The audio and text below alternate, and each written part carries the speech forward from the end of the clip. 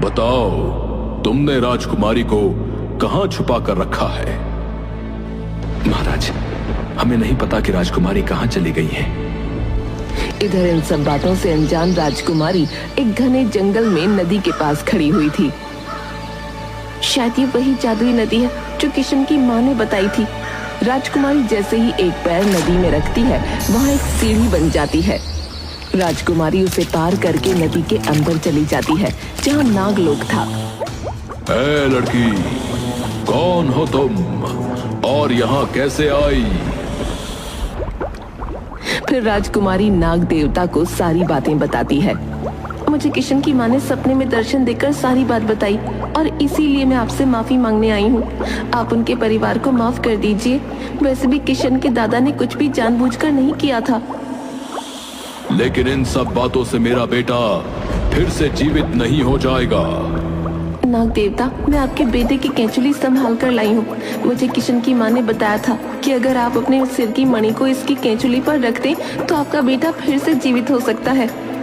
क्या सच में? फिर नागराज वैसा ही करता है जैसा राधिका ने कहा और सच में नागराज का बेटा जिंदा हो जाता है।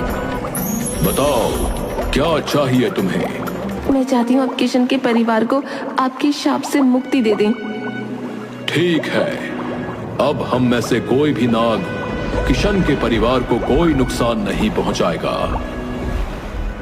जब राजकुमारी फिर से किशन के घर पहुंचती है, तब उन्हें सारी बातें पता चलती हैं। वो दौड़ती हुई महल में पहुंच जाती है। पिताजी, आपने किशन और उनके भाई बहन को बंदी क्यों बनाया है? उन्होंने मेरी जान बचाई है। इतने दिन मुझे अपने घर पर नाजों से रखा, आपने उन्हें ही बंद कर दिया। मुझे माफ कर दो बेटी, लेकिन मैं तुम्हारे लिए बहुत अधिक चिंतित हो गया था। सिपाहियों, उन तीनों को मुक्त कर दो। बेटा, मुझे अपनी भूल का एहसास हो चुका है। तुम जिससे विवाह करना चाहती हो उससे कर सकती हो। पिताजी, मैं किशन से शादी करना चाहती हूँ। वो किसी राज्य का राजकुमार नहीं, लेकिन अपने मन से राजकुमार है। लेकिन राजकुमारी जी, मुझे पता है कि तुम मुझसे विवाह इसलिए नहीं करना चाहते क्योंकि तुम्हें डर है कि शादी के बाद मुझे भी कोई नाग डस लेगा।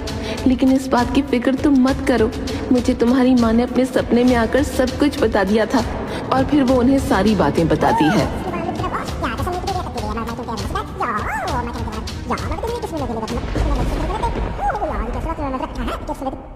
वाह राजकुमारी वाह, आपने बहुत ही बहादुरी का काम किया है।